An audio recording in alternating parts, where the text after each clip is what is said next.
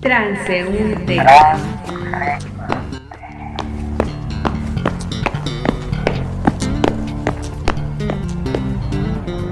Contracultura y rock. Así que bueno, estamos en este programa, el primero del 2025, y voy a presentarles a Alma Elena Cardoso. ¿Cómo estás, Alma? Buenas noches. Hola, ¿qué tal? Buenas noches. Y por allá está Itzel Sánchez Martínez, el Caruso. ¿Cómo estás, Itzel? Hola, buenas noches a todas las personas que nos escuchan. Saludos. Pues estamos que en este tema mañana va a haber una presentación, un gran evento en este foro de resistencia alternativo feminista como es el Caruso, que se ha convertido ya en un centro de ideas, de confabulaciones de la banda en Puebla. Si usted está en la Ciudad de México y quiere conocer la escena alternativa de esta ciudad, tiene que ir al Caruso. Así que, Itzel, cuéntale a la banda un poco qué es el Caruso y qué es lo que va a haber mañana. Muchas gracias, Hugo. Pues el Caruso es un foro cultural ubicado en el centro de la ciudad de Puebla. Nosotras nos gusta mucho decir que somos indisciplinadas porque pensamos que justamente para romper la fragmentación que hay en el mundo, pues se necesita romper nuestras propias disciplinas, incluso las barreras mentales que nosotros vamos teniendo. Y bueno, donde pasan muchas cosas, el Foro Cultural Caruso es un espacio que es construido por muchas personas, eh, por las personas que los habitan, por las gentes que van todos los días, también por los y las artistas que visitan el foro, que hacen suyo el escenario. Entonces, a nosotros nos parece que es un esfuerzo compartido, que es comunitario, que bueno, que se genera entre toda esta comunidad que hacen que Caruso sea lo que es ahora. Nosotros ahora estamos, este año vamos a cumplir 19 años también, pero 19. creo que gusta festejar los cumpleaños porque siempre es un logro sobrevivir un año más y un año más, entonces es emocionante. Mañana va a haber la presentación de un libro que es un libro muy, pues muy querido porque es un libro que surge a partir del Seminario de Cultura del CEDES, que está en la universidad. Es un libro que explora la relación entre la economía y la cultura y que cuestiona muchas cosas. Aparte tenemos a una banda súper interesante que va a comentar el libro, como es Alma Cardoso, como es El Gama, como es Mari Lechuga, que es ilustradora, o como Fer Fierro, que también ha dedicado mucho tiempo a la educación infantil. Entonces, lo que se intenta es generar un diálogo. A partir de un libro se detonan ideas y se generan diálogos y reflexiones, que es lo que creemos que hace falta en la actualidad. Mucho diálogo, ¿no? Mucho intercambio de ideas. Exacto, y ahí es donde entra la participación mañana de Alma Elena Cardoso, que va a comentar este libro y que también tiene un estudio sobre el trabajo de lo que nosotros llamamos trabajadores de la cultura, pero ella lo definirá mejor en estas partes de los estudios. Así que cuéntanos un poco de lo que sucederá mañana, Alma Elena Cardoso, y la puntualidad de esta obra. Sí, pues bueno, como ya adelantó un poco Itzel, la idea es reunirnos mañana para poder conversar y a mí me gusta pensar también como un momento donde, pues, siendo también fieles, ¿no? A las provocaciones que siempre nos hace el Caruso, pues un espacio para debatir y ver de qué manera también este libro, estas investigaciones pueden ser pretextos, formas y empujones necesarios para pensar otras formas de organizarnos, que creo que también es algo muy necesario. Y pues sí, efectivamente, el libro que lleva por nombre El trabajo artístico y artesanal frente al mercado, creatividad, tecnología y subordinación, pues justamente despliega a lo largo de diferentes aproximaciones y de diferentes voces que han integrado el Seminario de Economía y Cultura, pues problemáticas que tienen que ver con cómo vivimos las y los trabajadores del arte y la cultura en Puebla, pero también en muchas Ujú. otras partes, pues relaciones de autoexplotación, precariedad, subordinación y pues las problemáticas que se desarrollan también una vez que reconocemos que la condición de trabajador y trabajadora de la cultura, pues está de alguna manera opacada, ¿no? Ante otros discursos imperantes del sistema capitalista, como es el emprendedor, la emprendedora, el pseudoartista independiente, ¿no? Que son términos que de pronto usamos o se han, ¿no?, filtrado en nuestro vocabulario, y que merece la pena que los reflexionemos con relación a justamente cómo trabajamos y cuáles son las condiciones que de entrada admitamos que son prácticamente siempre precarias y complicadas, ¿no? Entonces, pues ante estas condiciones, que por una parte es súper importante aprender a nombrar y reconocer, aparecen las preguntas, quizás las que detonan la imaginación y que pueden ser muy interesantes y relevantes sobre qué hacemos en un sistema que implica la desarticulación, el trabajo competitivo, y si existen formas de pensar en nuestro trabajo que tiene que ver con la creatividad, pero que tiene que ver con potencias económicas que también son explotadas y aprovechadas por otros y por otras, Ujú. para nuestro desarrollo. Bastante interesante y bueno, el tema de los textiles parece como que un pretexto para hablar de lo general, ¿no? Sí es un tema particular, pero es tan parecido a todo lo que ocurre comúnmente. Y bueno, en Puebla, le quiero comentar al público de la Ciudad de México y también acá, hay una situación bastante, voy a usar la palabra curiosa, pero la relación que hay entre los trabajadores de la cultura y las instituciones, ¿no? Sobre todo en esta forma de elegir a una dirigencia, ¿no? A una representatividad institucional, donde, por ejemplo, aquí en Puebla se designa a una persona que no cumple la mayoría de edad y luego, como no cumple los requisitos, la solución fácil es nombrar a su hermana, ¿no? Entonces, yo me pregunto, ¿qué rol juegan las instituciones en el quehacer cultural? ¿Qué tanto tiene que ver la institución en el quehacer cultural y por qué se hacen este tipo de designaciones como para tener un diálogo entre lo institucional y los trabajadores de la cultura, ¿no? Que se organizan de alguna forma o que quieren hacerlo individualmente? ¿Qué opinión tienen de eso? ¿Cuál es el rol de la institución en este asunto? ¿Quién lo quiere decir primero? ¿Itzel? ¿Quién levanta la mano por ahí? Eh, Alma, ¿tú quieres? A ver, va, Alma. Vale. A mí me gustaría, porque, vaya, este tema muy reciente, ¿no? Sobre cómo suceden los nombramientos. Bueno, muy reciente en esta noticia, ¿no?, que nos acabas Sí. de dar de cómo sucedió el nombramiento, ¿no?, de las personas a cargo de la Secretaría de Cultura. Um, eh, Creo que da cuenta de algo que en realidad no es novedad, ¿no? Es una práctica sistemática en la que en estados como Puebla, pero no el único, no es el único, ¿no?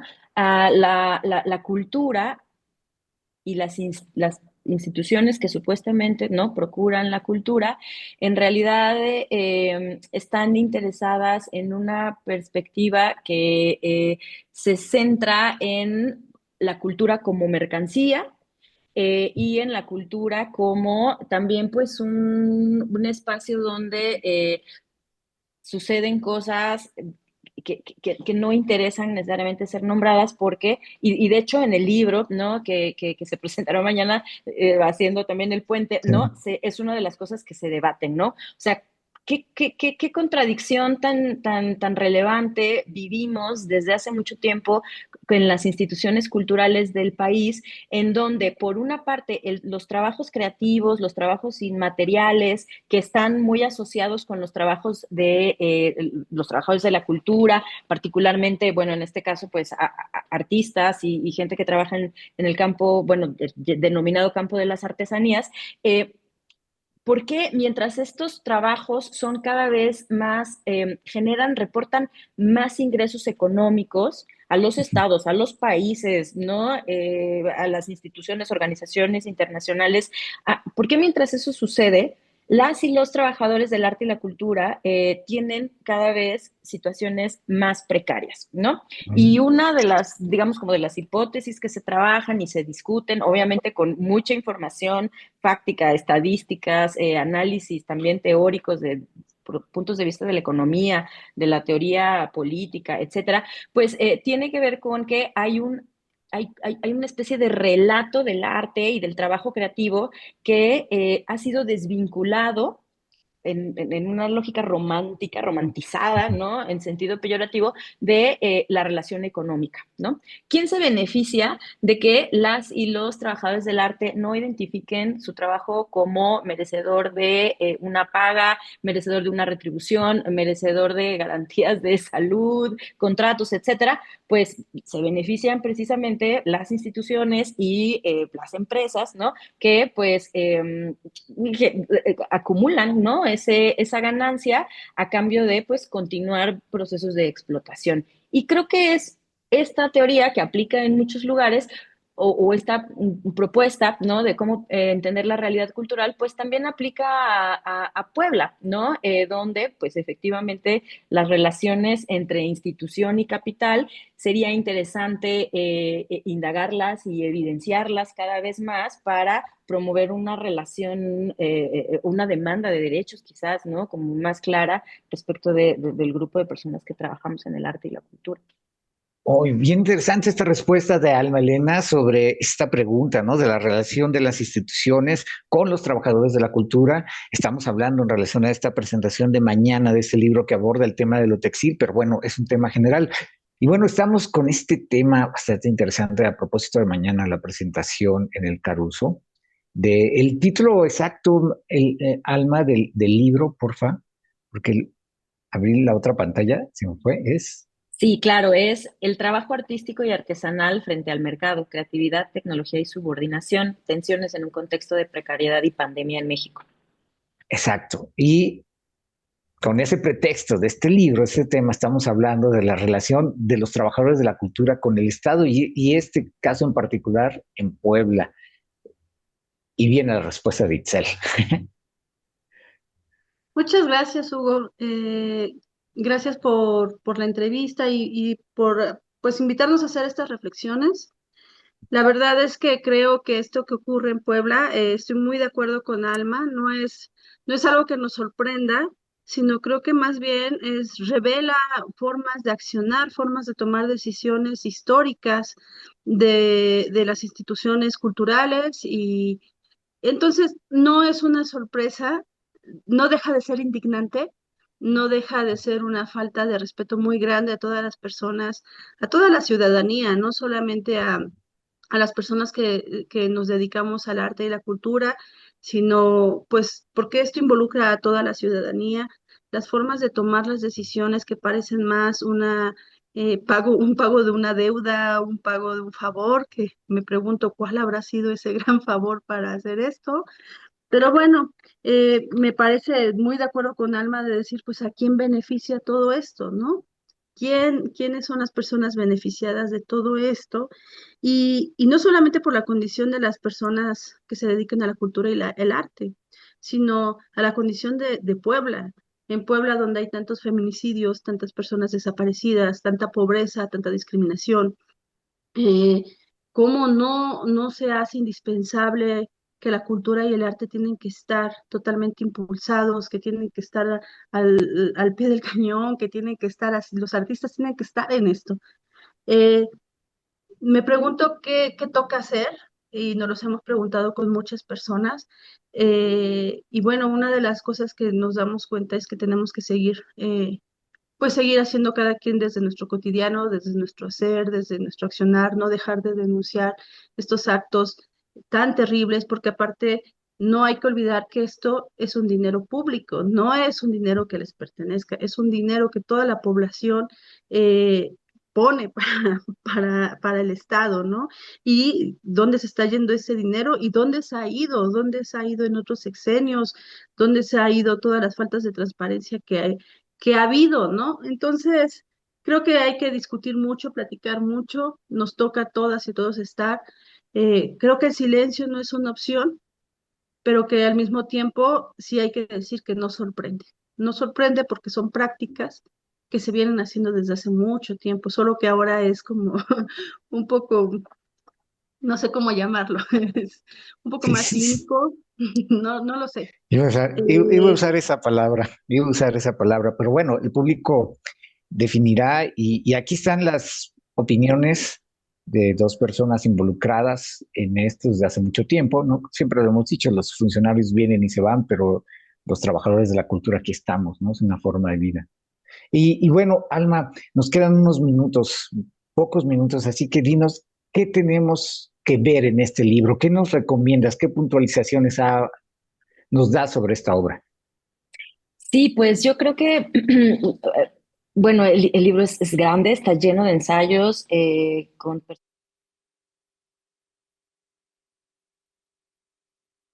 esas que a lo mejor identificamos más con prácticas, ¿no? Del arte moderno, del arte contemporáneo, pero que aún siendo una práctica o una forma de producir dispositivos y experiencias estéticas, pues no es necesariamente una práctica que tenga que estar vinculada, por ejemplo, al capital o al fetichismo o a los objetos que complacen, ¿no? Las lógicas institucionales como las que estamos hablando ahora, ¿no?